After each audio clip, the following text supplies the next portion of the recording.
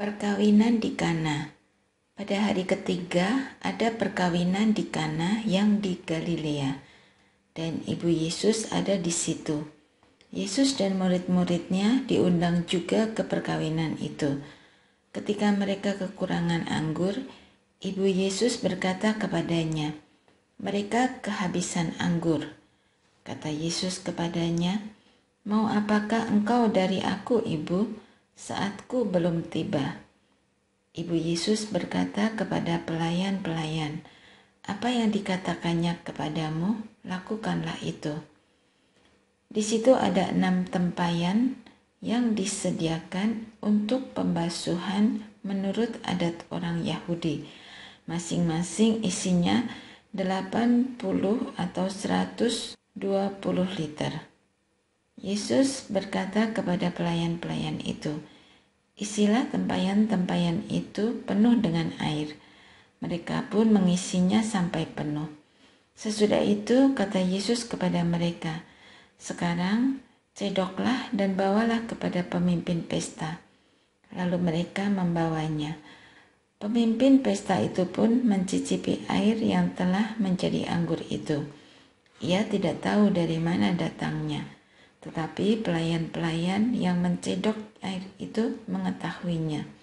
Setelah itu, ia memanggil mempelai laki-laki dan berkata kepadanya, "Setiap orang menghidangkan anggur yang baik dahulu, dan sesudah orang puas minum, barulah yang kurang baik. Tetapi engkau menyimpan anggur yang baik sampai sekarang." Hal itu dilakukan Yesus di Kana yang di Galilea sebagai yang pertama dari tanda-tandanya, dan dengan itu ia telah menyatakan kemuliaannya, dan murid-muridnya percaya kepadanya. Yesus di Kapernaum. Sesudah itu Yesus pergi ke Kapernaum bersama ibunya, saudara-saudaranya, dan murid-muridnya. Mereka tinggal di situ hanya beberapa hari saja. Yesus menyucikan bait Allah. Ketika hari raya Paskah orang Yahudi sudah dekat, Yesus berangkat ke Yerusalem. Di halaman bait Allah didapatinya pedagang-pedagang lembu, domba, dan merpati, dan penukar-penukar uang yang duduk di situ. Ia membuat cambuk dari tali, lalu mengusir mereka semua dari bait Allah, dengan semua domba dan lembu mereka. Uang penukar-penukar dihamburkannya ke tanah, dan meja-meja mereka dibalikkannya. Kepada pedagang-pedagang merpati, ia berkata, "Ambil semuanya ini dari sini, jangan kamu membuat rumah Bapakku menjadi tempat berjualan." Lalu teringatlah murid-muridnya bahwa ada tertulis, "Cinta untuk rumahmu akan menghanguskan aku." Para pemuka Yahudi menantang Yesus, katanya, "Tanda apakah yang dapat engkau tunjukkan kepada kami bahwa engkau berhak bertindak demikian?" Jawab Yesus kepada mereka, "Runtuhkan bait suci ini, dan dalam 3 hari aku akan membangunnya." Lalu kata para pemuka Yahudi itu kepadanya, 46 tahun orang mendirikan bait suci ini, dan engkau dapat membangunnya dalam 3 hari? Namun yang dimaksudkannya dengan bait suci ialah tubuhnya sendiri. Karena itu, sesudah ia bangkit dari antara orang mati, murid-muridnya teringat bahwa hal itu telah dikatakannya, dan mereka pun percaya kepada kitab suci dan kepada perkataan yang telah diucapkan Yesus. Selama ia di Yerusalem selama hari raya Paskah, banyak orang percaya dalam namanya, karena mereka telah melihat tanda-tanda yang diadakannya.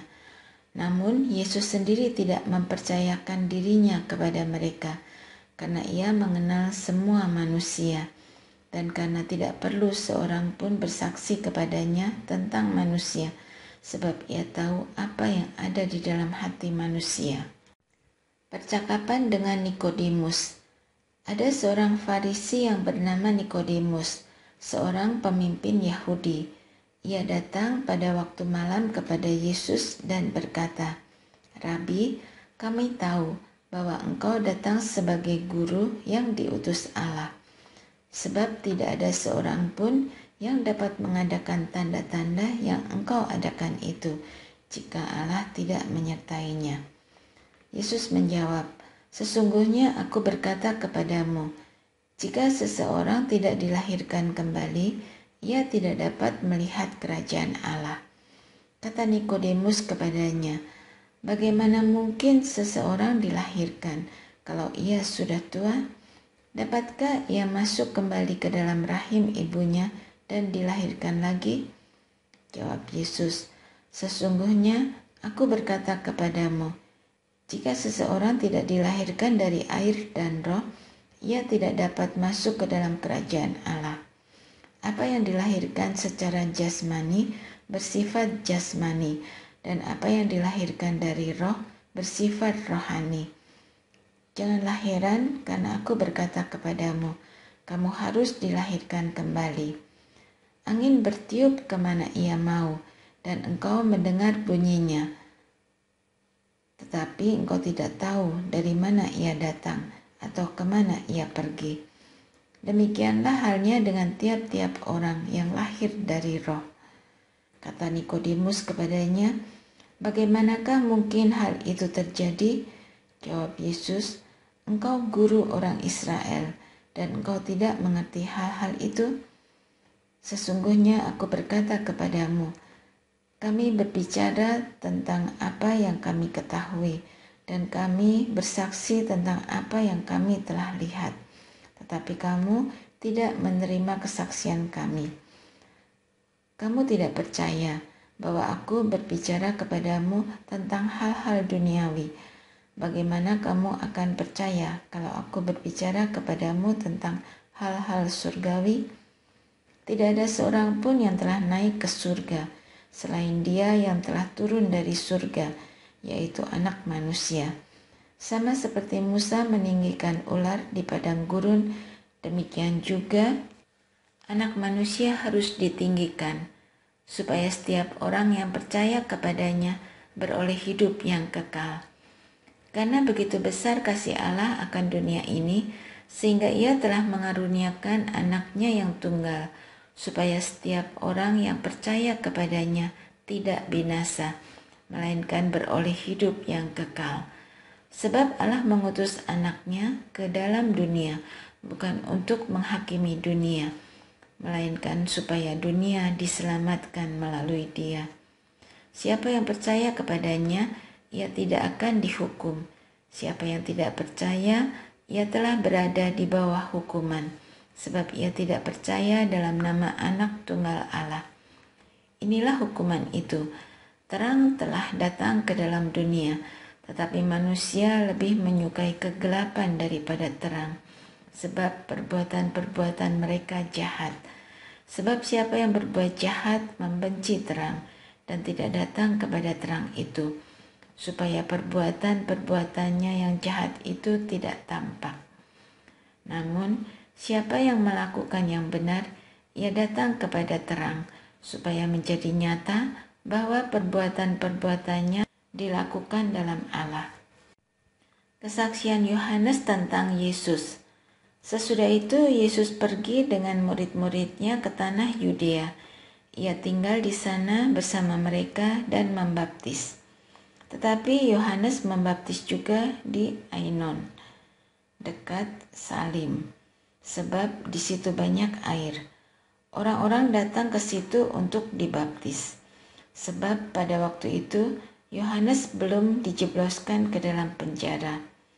Lalu timbullah perselisihan di antara murid-murid Yohanes dengan seorang Yahudi tentang penyucian. Mereka datang kepada Yohanes dan berkata kepadanya, Rabi, orang yang bersama dengan engkau di seberang sungai Yordan dan yang tentang dia engkau telah bersaksi, dia membaptis juga dan semua orang pergi kepadanya. Jawab Yohanes, tidak ada seorang pun yang dapat mengambil sesuatu bagi dirinya, kalau tidak dikaruniakan kepadanya dari surga. Kamu sendiri dapat bersaksi bahwa aku telah berkata, aku bukan Mesias, tetapi aku diutus untuk mendahuluinya. Yang punya mempelai perempuan ialah mempelai laki-laki. Namun, sahabat mempelai laki-laki yang berdiri dekat dia dan yang mendengarkannya sangat bersukacita mendengar suara mempelai laki-laki itu. Itulah sukacitaku, dan sekarang sukacitaku itu penuh. Ia harus makin besar, tetapi aku harus makin kecil. Siapa yang datang dari surga adalah di atas semuanya. Ia bersaksi tentang apa yang dilihatnya dan yang didengarnya, tetapi tidak seorang pun yang menerima kesaksiannya itu. Siapa yang menerima kesaksiannya itu, ia mengaku bahwa Allah adalah benar. Sebab siapa yang diutus Allah, dialah yang menyampaikan firman Allah. Karena Allah mengaruniakan rohnya dengan tidak terbatas. Bapa mengasihi anak dan telah menyerahkan segala sesuatu kepadanya. Siapa saja yang percaya kepada anak, ia beroleh hidup yang kekal. Tetapi siapa saja yang tidak taat kepada anak, ia tidak akan melihat hidup, melainkan murka Allah tetap tinggal di atasnya. Percakapan dengan perempuan Samaria. Ketika Yesus mengetahui bahwa orang-orang Farisi telah mendengar bahwa ia memperoleh dan membaptis lebih banyak murid daripada Yohanes, meskipun Yesus sendiri tidak membaptis, melainkan murid-muridnya, ia pun meninggalkan Yudea dan kembali lagi ke Galilea. Namun ia harus melintasi daerah Samaria. Lalu sampailah ia ke sebuah kota di Samaria yang bernama Sikar, dekat tanah yang diberikan Yakub dahulu kepada anaknya Yusuf. Di situ terdapat sumur Yakub. Yesus sangat letih karena perjalanan, sebab itu ia duduk di pinggir sumur itu. Hari kira-kira pukul 12. Datanglah seorang perempuan Samaria hendak menimba air. Kata Yesus kepadanya, "Berilah aku minum." Sebab murid-muridnya telah pergi ke kota membeli makanan. Kata perempuan Samaria itu kepadanya, "Bagaimana mungkin engkau, seorang Yahudi, minta minum kepadaku, seorang perempuan Samaria? Adapun orang Yahudi tidak bergaul dengan orang Samaria." Jawab Yesus kepadanya, "Jikalau engkau tahu tentang karunia Allah dan siapa dia yang berkata kepadamu, 'Berilah aku minum,' niscaya engkau telah meminta kepadanya, dan ia telah memberikan kepadamu air hidup." Kata perempuan itu kepadanya, "Tuan, engkau tidak punya timba, dan sumur ini amat dalam. Dari manakah engkau memperoleh air hidup itu? Apakah engkau lebih besar daripada bapa leluhur kami, Yakub, yang memberikan sumur ini kepada kami dan yang telah minum sendiri darinya, ia serta anak-anaknya dan ternaknya?" Jawab Yesus kepadanya, "Siapa saja yang minum air ini, ia akan haus lagi. Tetapi siapa yang minum air yang akan kuberikan kepadanya, ia tidak akan haus untuk selama-lamanya. Sebaliknya, air yang akan kuberikan kepadanya akan menjadi mata air di dalam dirinya, yang terus-menerus memancar sampai pada hidup yang kekal." Kata perempuan itu kepadanya, "Tuan, berilah aku air itu, supaya aku tidak haus dan tidak usah datang lagi ke sini untuk menimba air." Kata Yesus kepadanya, "Pergilah, panggillah suamimu dan datang ke sini." Kata perempuan itu, "Aku tidak mempunyai suami." Kata Yesus kepadanya, "Tepat katamu bahwa engkau tidak mempunyai suami, sebab engkau sudah mempunyai 5 suami, dan yang ada sekarang padamu bukanlah suamimu. Dalam hal ini engkau telah berkata benar." Kata perempuan itu kepadanya, "Tuan, nyata sekarang padaku bahwa engkau seorang nabi. Nenek moyang kami menyembah di atas gunung ini, tetapi kamu katakan bahwa Yerusalemlah tempat orang harus menyembah." Kata Yesus kepadanya, "Percayalah kepadaku, Ibu, saatnya akan tiba, bahwa kamu akan menyembah Bapa bukan di gunung ini dan bukan juga di Yerusalem. Kamu menyembah apa yang tidak kamu kenal, kami menyembah apa yang kami kenal, sebab keselamatan datang dari orang Yahudi. Namun saatnya akan tiba, dan sudah tiba sekarang, bahwa penyembah-penyembah benar akan menyembah Bapa dalam roh dan kebenaran. Sebab Bapa mencari orang-orang yang menyembah Dia secara demikian. Allah itu roh, dan siapa saja yang menyembah Dia harus menyembahnya dalam roh dan kebenaran. Jawab perempuan itu kepadanya, "Aku tahu bahwa Mesias yang disebut juga Kristus akan datang. Apabila Ia datang, Ia akan memberitakan segala sesuatu kepada kami." Kata Yesus kepadanya, "Akulah Dia yang sedang berbicara dengan engkau." Pada waktu itu datanglah murid-muridnya, dan mereka heran bahwa Ia sedang bercakap-cakap dengan seorang perempuan. Namun tidak seorang pun yang bertanya, "Apa yang kau kehendaki?" atau "Apa yang kau percakapkan dengan dia?" Perempuan itu meninggalkan tempayannya di situ, lalu pergi ke kota dan berkata kepada orang-orang di situ, "Mari, lihatlah orang yang mengatakan kepadaku segala sesuatu yang telah kuperbuat. Mungkinkah dia itu Mesias?" Mereka pun pergi keluar kota lalu datang kepada Yesus. Sementara itu murid-muridnya mengajak Dia, katanya, "Rabi, makanlah." Tetapi Ia berkata kepada mereka, "Padaku ada makanan yang tidak kamu kenal." Karena itu murid-murid itu berkata seorang kepada yang lain, "Apakah ada orang yang telah membawa sesuatu kepadanya untuk dimakan?" Kata Yesus kepada mereka, "Makananku ialah melakukan kehendak Dia yang mengutus aku dan menyelesaikan pekerjaannya. Bukankah kamu mengatakan, 4 bulan lagi tibalah musim menuai? Namun aku berkata kepadamu, lihatlah sekelilingmu dan pandanglah ladang-ladang yang sudah menguning dan matang untuk dituai. Sekarang juga penuai telah menerima upahnya, dan ia mengumpulkan buah untuk hidup yang kekal, sehingga penabur dan penuai sama-sama bersukacita.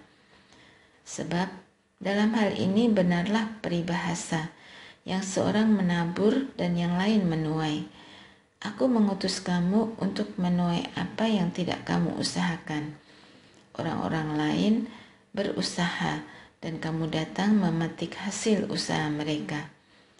Banyak orang Samaria dari kota percaya kepadanya karena perkataan perempuan itu yang bersaksi, "Ia mengatakan kepadaku segala sesuatu yang telah kuperbuat."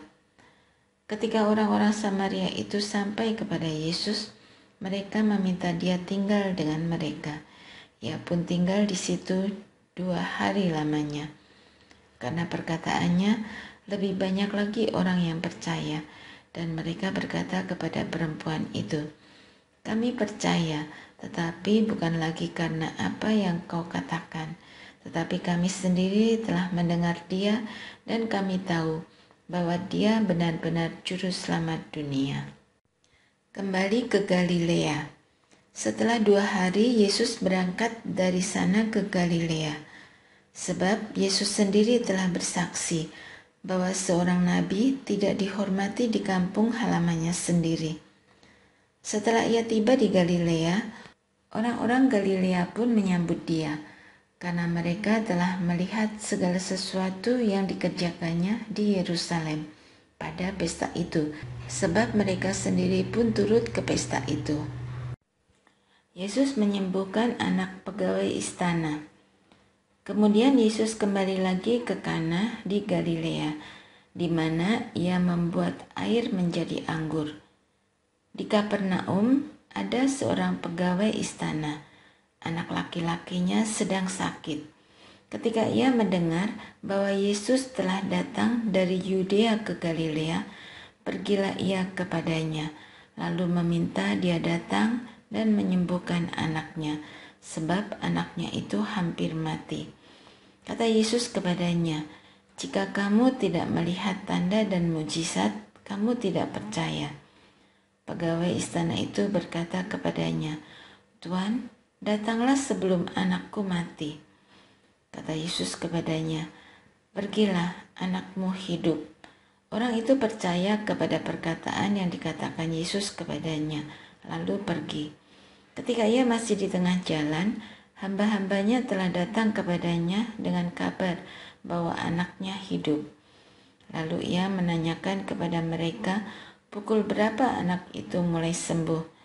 Jawab mereka, "Kemarin siang pukul 1, demamnya hilang." Ayah itu pun teringat bahwa pada saat itulah Yesus berkata kepadanya, "Anakmu hidup." Lalu ia dan seluruh keluarganya percaya. Itulah tanda-tanda kedua yang dibuat Yesus ketika ia pulang dari Yudea ke Galilea.